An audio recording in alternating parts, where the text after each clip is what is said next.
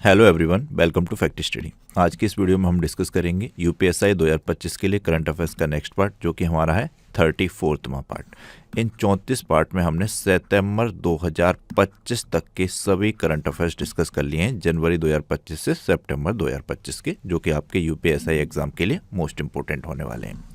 First question है इस video का, किस राज्य ने नवाचार को बढ़ावा देने के लिए 1000 करोड़ रुपए की लीप योजना शुरू की है। योजना का नाम है लीप योजना। इसका बजट कितना रखा गया है? 1000 करोड़ रुपए, और ये नवाचार को बढ़ावा देने से संबंधित है, टेक्नोलॉजी को बढ़ावा देने से। तो ये कर्नाटक राज्य के द्वारा शुरू की गई है। ऑप्शन ए राइट आंसर है। कर्नाटक राज्य सरकार ने LEAP यानी कि leap, local economy accelerator programme नामक एक महत्वाकांक्षी नई पहल की शुरुआत की, जिसका बजट 5 वर्षों में 1000 करोड़ रुपए है। इस कार्यक्रम का उद्देश्य बेंगलुरु से बाहर भी नवाचार और उद्यमिता की वृद्धि को बढ़ावा देना है, 5 लाख रोजगार सृजित करना, राज्य भर के उभरते टेक क्लस्टर्स को सशक्त बनाना और स्कूलों से लेकर वैश्विक बाजार तक स्टार्टअप परिस्थितियों तंत्र को मजबूत करना है। तो ये डायरेक्ट क्वेश्चन पूछा जाएगा कि लीप योजना या लोकल इकोनॉमी एक्सेलरेटर प्रोग्राम किस राज्य सरकार के द्वारा शुरू किया गया है? तो यह कर्नाटक के द्वारा शुरू किया गया है, और इसका बजट 5 वर्षों के लिए 1000 करोड़ रुपए रखा गया है। नेक्स्ट क्वेश्चन है, विश्व खाद्य भारत 2025 कहाँ आयोजित हुआ है? तो विश्व खाद्य भारत 2025 नई दिल्ली, भारत देश की राजधानी नई दिल्ली में आयोजित हुआ है। 25 से 28 सितंबर को ये आयोजित किया गया दिल्ली में भारत मंडपम में। तो ये आपको ध्यान रखना है। डायरेक्ट ही क्वेश्चन पूछा जाता है कि वर्ल्ड फूड इंडिया 2025 प्रोग्राम कहाँ पर आयोजित हुआ? तो नई दिल्ली में। भारत मंडपम भी मिल सकता है डायरेक्ट, तो ये भी ध्यान रखिएगा इसमें। नेक्स्ट क्वेश्चन है, भारत की पहली विदेशी डिफेंस मैन्युफैक्चरिंग यूनिट किस देश में स्थापित की गई है? Very very very important question है। भारत ने पहली बार विदेशी डिफेंस मैन्युफैक्चरिंग यूनिट स्थापित की है, तो ये मोरक्को में स्थापित की है। बहुत इंपॉर्टेंट क्वेश्चन है ये, तो ऑप्शन बी इसका राइट आंसर है, ध्यान रखिएगा। इससे जुड़ी हुई इन्फॉर्मेशन है ये कि भारत ने अपनी पहली विदेशी रक्षा विनिर्माण इकाई मोरक्को के बैर रेसिद शहर में स्थापित की है। इसे टाटा एडवांस सिस्टम लिमिटेड ने बनाया है। यह संयंत्र 20,000 वर्ग मीटर में फैला हुआ है और मोरक्को की सबसे बड़ी रक्षा निर्माण इकाई है। यह कदम भारत की वैश्विक रणनीतिक पहुंच और रक्षा निर्यात महत्वाकांक्षाओं को नई दिशा देने वाला है। तो ये बहुत इंपॉर्टेंट है। भारत की पहली विदेशी डिफेंस मैन्युफैक्चरिंग यूनिट ये मोरक्को में स्थापित की गई है। मोरक्को की कैपिटल है रैबट। आप इसे रैबट को याद कर सकते हैं रजत से, कि मोरक्को की कैपिटल में रहता है रजत, बस याद करने के लिए ये, तो ऐसे कुछ ध्यान रख सकते हैं अपने मन में कुछ भी बना के। करेंसी है मोरक्को दिहरम। अजीज यहाँ के प्राइम मिनिस्टर हैं, अजीज एक्नोच, तो ये भी ध्यान रखिएगा। नेक्स्ट क्वेश्चन है, किस विश्वविद्यालय ने 4 संकाय सदस्यों को प्रतिष्ठित विश्व के शीर्ष 2% वैज्ञानिकों की सूची में शामिल किया है? तो ये नागालैंड विश्वविद्यालय ने शामिल किया है। ऑप्शन सी राइट आंसर है। ये 4 कौन कौन से हैं प्रोफेसर या वैज्ञानिक? तो professor Ambarish Singh department of chemistry के हैं ये, professor Joginder Singh department of botany के हैं, प्रोफेसर प्रभाकर शर्मा ये department of agriculture and engineer technology के हैं, प्रोफेसर प्रणव कुमार। इन्हें विश्व के शीर्ष 2% वैज्ञानिकों की सूची में शामिल किया गया है, और नागालैंड विश्वविद्यालय के हैं ये प्रोफेसर। नेक्स्ट क्वेश्चन है, भारत स्काउट्स और गाइड्स की 19वीं राष्ट्रीय जम्बूरी की मेजबानी की किसने की है? भारत स्काउट्स और गाइड्स की 19वीं राष्ट्रीय जम्बूरी की मेजबानी किसके द्वारा की गई? तो ये उत्तर प्रदेश के द्वारा की गई है। उत्तर प्रदेश का ये आपका एग्जाम है, तो मोस्ट इंपोर्टेंट हो जाता है ये क्वेश्चन, आपको ध्यान रखिएगा। 19वीं राष्ट्रीय जम्बूरी जो स्काउट्स और गाइड्स से संबंधित है, ये उत्तर प्रदेश के लखनऊ के वृंदावन परिसर में आयोजित की गई। इसका उद्घाटन प्रधानमंत्री नरेंद्र मोदी जी के द्वारा किया गया, तो ये भी ध्यान रखिएगा। नेक्स्ट क्वेश्चन है, सितंबर माह में किस मंत्रालय ने राष्ट्रीय धन्वंतरी आयुर्वेद पुरस्कार लॉन्च किए? तो ये आयुष मंत्रालय के द्वारा लॉन्च किए गए, और 23 सितंबर को ही आयुष दिवस भी मनाया जाता है, राष्ट्रीय आयुष दिवस, वो भी बहुत इंपॉर्टेंट है, ध्यान रखना है आपको। इसके अलावा इसी उपलक्ष्य पर सितंबर माह में आयुष मंत्रालय ने राष्ट्रीय धन्वंतरी और आयुर्वेद पुरस्कार लॉन्च किए थे।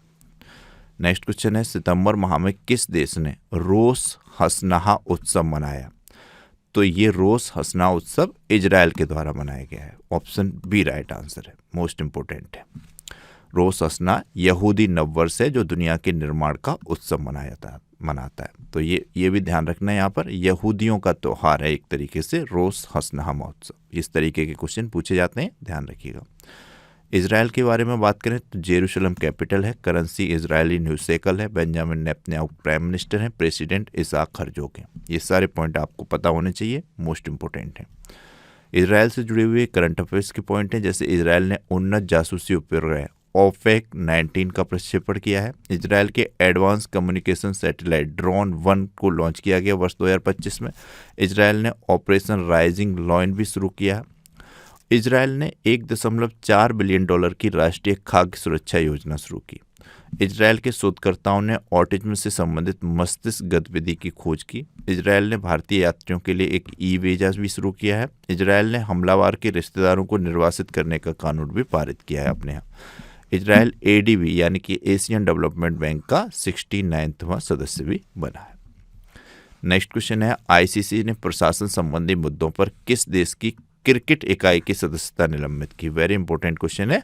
ये प्रशासन संबंधी मुद्दों पर अमेरिका की क्रिकेट इकाई की सदस्यता आईसीसी के द्वारा रद्द की गई है। ऑप्शन सी राइट आंसर है। नेक्स्ट क्वेश्चन है, किस देश ने 31 मार्च 2026 तक चांदी के आयात पर प्रतिबंध लगाया है? चांदी बहुत ज़्यादा चर्चा में, लगातार इसके रेट बढ़ रहे हैं। लगभग 3 लाख के समथिंग इसके प्राइस पहुंच चुके हैं। 3 लाख रुपए की 1 किलो चांदी कितनी महंगी हो गई है।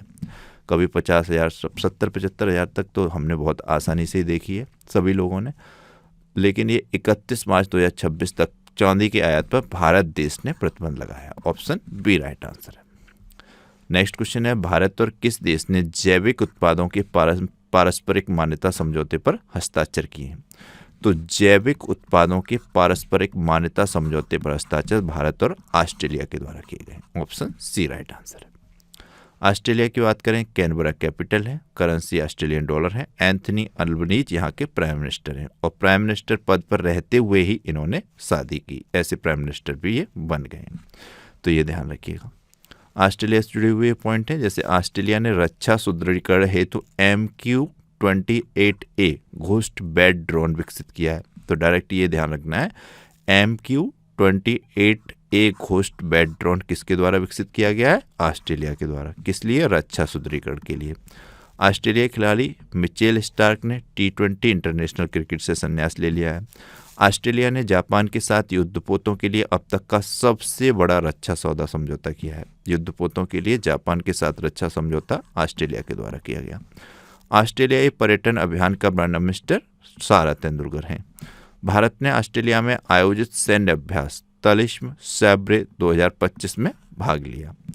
सुशान ले ऑस्ट्रेलिया की पहली महिला विपक्षी नेता बनी है। स्टीव वॉ को ऑस्ट्रेलिया भारत संबंध सलाहकार बोर्ड में नियुक्त किया गया है। ऑस्ट्रेलिया के वैज्ञानिकों ने पृथ्वी पर सबसे पुराने उल्कापिंड की भी पहचान की है। ये पहली बार विपक्ष की नेता ऑस्ट्रेलिया में सुशान ले वाला पॉइंट आपके लिए मोस्ट इंपोर्टेंट है, ध्यान रखिएगा। सुशान ले नाम आपको ध्यान रहना चाहिए। नेक्स्ट क्वेश्चन है, भारत ने किस मिसाइल को रेल आधारित मोबाइल लॉन्चर से सफल परीक्षण किया है? तो ये अग्नि P मिसाइल है, जिसे रेल आधारित मोबाइल लॉन्चर से सफल परीक्षण भारत देश के द्वारा किया गया है। इसकी मारक क्षमता 2000 किलोमीटर की है, तो ये ध्यान रखिएगा। नेक्स्ट क्वेश्चन है, कैबिनेट ने कहाँ बख्तियारपुर तिलैया रेल लाइन के दोहरीकरण की स्वीकृति दी है?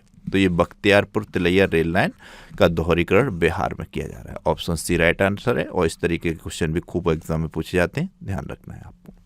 बिहार की बात करें तो कैपिटल पटना है, सीएम नीतीश कुमार है, आरिफ मोहम्मद खान वर्तमान में यहाँ के गवर्नर हैं। ये कुछ पॉइंट है, जैसे न्यायमूर्ति PV बंसल पटना हाईकोर्ट के मुख्य न्यायाधीश बने हैं। बिहार के मुख्यमंत्री ने बेरोजगार स्नातकों के लिए 1000 रुपये मासिक भत्ता की भी घोषणा की है। मरियम फातिमा बिहार की पहली महिला फिडे मास्टर बनी। वेरी इंपॉर्टेंट नाम है मरियम फातिमा, ध्यान रखिएगा। कृषि निर्यात को बढ़ावा देने के लिए APEDA ने बिहार में पहला कार्यालय खोला है। बिहार के नालंदा जिले के राजगीर में रॉयल भूटान बौद्ध मंदिर का भव्य उद्घाटन हुआ। बिहार कैबिनेट ने महिलाओं को नौकरियों के लिए महिला रोजगार योजना को मंजूरी दी है। प्रधानमंत्री मोदी ने बिहार के गया में ओटा सिमरिया गंगा पुल का भी उद्घाटन किया है। तो पूछा जाएगा ओटा सिमरिया गंगा पुल किस राज्य में है? तो ये बिहार में, डायरेक्ट ध्यान रखिएगा। जस्टिस नागेश्वर राव को बिहार क्रिकेट एसोसिएशन का लोकपाल अपॉइंट किया गया। नेक्स्ट क्वेश्चन है जूनियर विश्व रैंकिंग में शीर्ष पर रहने वाली पहली भारतीय जूडो खिलाड़ी कौन बनी? तो ये पहली बार शीर्ष रैंकिंग पर आई है पहली भारतीय जूडो खिलाड़ी, इनका नाम है हिमांशी कोटक। ध्यान रखिएगा, हिमांशी कोटक जूनियर विश्व रैंकिंग में शीर्ष पर पहुंचने वाली पहली भारतीय जूडो खिलाड़ी है हिमांशी कोटक, ये जो आप इमेज में दिख रहे हैं। नेक्स्ट क्वेश्चन है कौन सा देश 2030 तक विश्व की पहली परमाणु ऊर्जा प्रणाली शुरू करेगा जो पुनर्चक्रित ईंधन का भी उपयोग करेगी? तो ये रूस करेगा। ऑप्शन ए, रूस ने घोषणा की है कि वर्ष 2030 तक विश्व की पहली परमाणु ऊर्जा प्रणाली शुरू करेगा जो पुनर्चक्रित ईंधन का भी उपयोग करेगी। ये हैं रूस के president Vladimir Putin. Russian rouble यहाँ की करेंसी है, मॉस्को कैपिटल है। इसके अलावा 6 जून को रशियन भाषा दिवस, 12 जून को रूस दिवस और 27 जुलाई को रूसी नौसेना दिवस मनाया जाता है। रूस से जुड़े हुए पॉइंट हैं ये। भारतीय सशस्त्र बलों का एक दल बहुपक्षीय अभ्यास जैपेड के लिए रूस रवाना हुआ था वर्ष 2025 में। जैपेड संयुक्त सैन्य अभ्यास है जो भारत की सेना रूस की सेना के साथ करती है, तो ये जैपेड ध्यान रखिएगा। रूस ने आशाजनक परीक्षण परिणामों के बाद कोलन कैंसर के टीका पेश किया। पूछा जाएगा कोलन टीका किस रोग से संबंधित है? कैंसर का टीका है। किस देश के द्वारा इसको विकसित किया गया है? रूस के द्वारा। रूस ने भारतीय कामगारों के लिए 10 लाख नौकरियों के अवसर भी खोले हैं। रूस में 600 साल बाद क्रॉस ने निकोब ज्वालामुखी फटा, तो ये ज्वालामुखी का नाम दिया जाएगा पेपर में। क्रॉस ने निकोब ज्वालामुखी किस देश से संबंधित है? किस देश में है? तो रूस में। 600 साल बाद इसमें विस्फोट हुआ। रूस ने सबसे बड़े नौसैनिक अभ्यास जुलाई स्टॉर्म का भी आयोजन किया।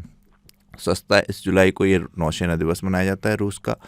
रूस अफगानिस्तान की तालिबान सरकार को मान्यता देने वाला दुनिया का पहला देश भी बना है। रूस ईरान में 8 परमाणु शस्त्र बनाएगा, ऐसी घोषणा की है। और अभी बहुत ज़्यादा चर्चा में है ईरान, आप सबको पता होगा। अमेरिका लगातार उसको परेशान कर रहा है। देखते हैं क्या होता है आगे। नेक्स्ट है कहाँ तीर्थ यात्रियों के लिए भारत का पहला AI आधारित कमांड सेंटर स्थापित किया गया? तो AI आधारित कमांड सेंटर तीर्थ यात्रियों के लिए है। भारत का पहला AI आधारित कमांड सेंटर है, तो ये तिरुमाला में स्थापित किया गया। ऑप्शन बी राइट आंसर है। ध्यान रखिएगा, तिरुमाला तिरुपति देवस्थानम में एक ऐतिहासिक कदम उठाते हुए भारत का पहला कृत्रिम बुद्धिमत्ता आधारित integrated command and control centre शुरू किया है। इसका शुभारंभ आंध्र प्रदेश के मुख्यमंत्री एन चंद्रबाबू नायडू ने 25 सितंबर 2025 को किया। तो देश का पहला AI आधारित कमांड सेंटर तीर्थयात्रियों के लिए तिरुमाला, आंध्र प्रदेश के तिरुमाला में शुरू किया गया। नेक्स्ट क्वेश्चन है किसे UNEP young champion of the earth पुरस्कार 2025 दिया गया है? तो ये यूनाइटेड नेशन एनवायरनमेंट प्रोग्राम का मतलब अवार्ड है। ये young champion of the earth पुरस्कार UNEP young champion of the earth award 2025 Jinali Modi को दिया गया, तो ध्यान रखना है आपको। नेक्स्ट क्वेश्चन है किसने 9वीं बार एशिया कप जीता वर्ष 2025 में?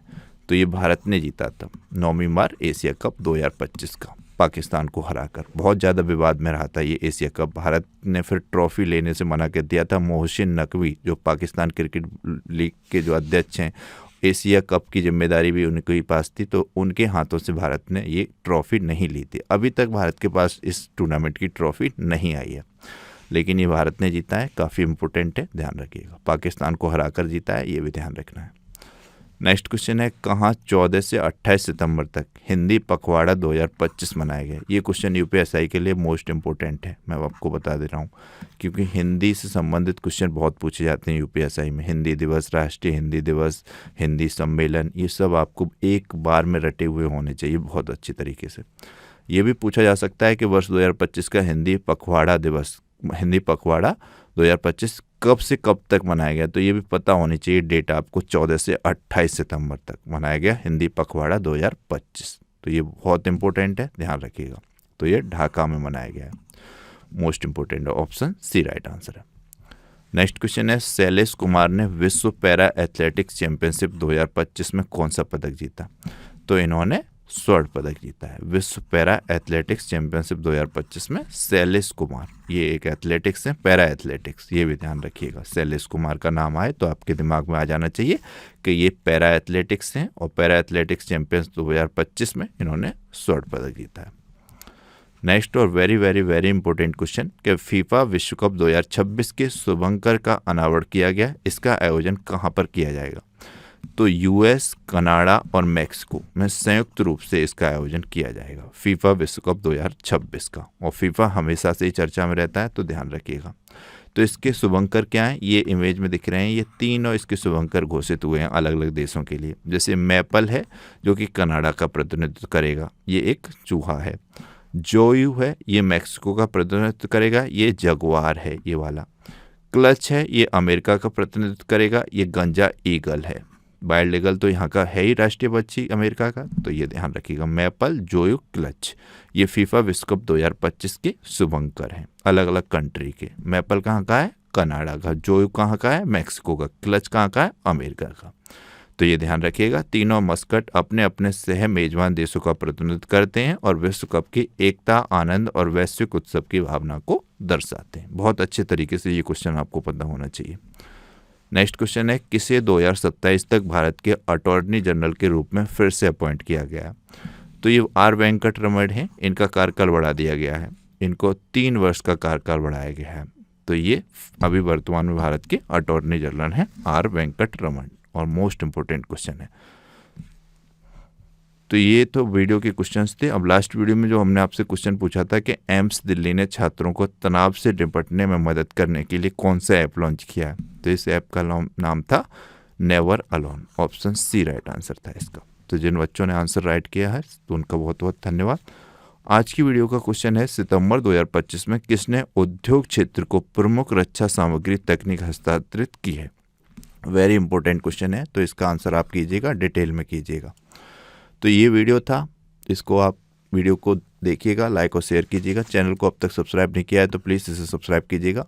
और हमने पूरा 2025 का जो भी इम्पोर्टेंट क्वेश्चन है यूपीएसआई के लिए वो सब इस सीरीज़ में डिस्कस किया है। तो इस सीरीज़ को आप देख लीजिएगा बहुत अच्छे तरीके से शुरुआत से। आपका यूपीएसआई में करंट अफेयर्स का कोई भी क्वेश्चन स्किप नहीं होगा। Thank you so much for watching.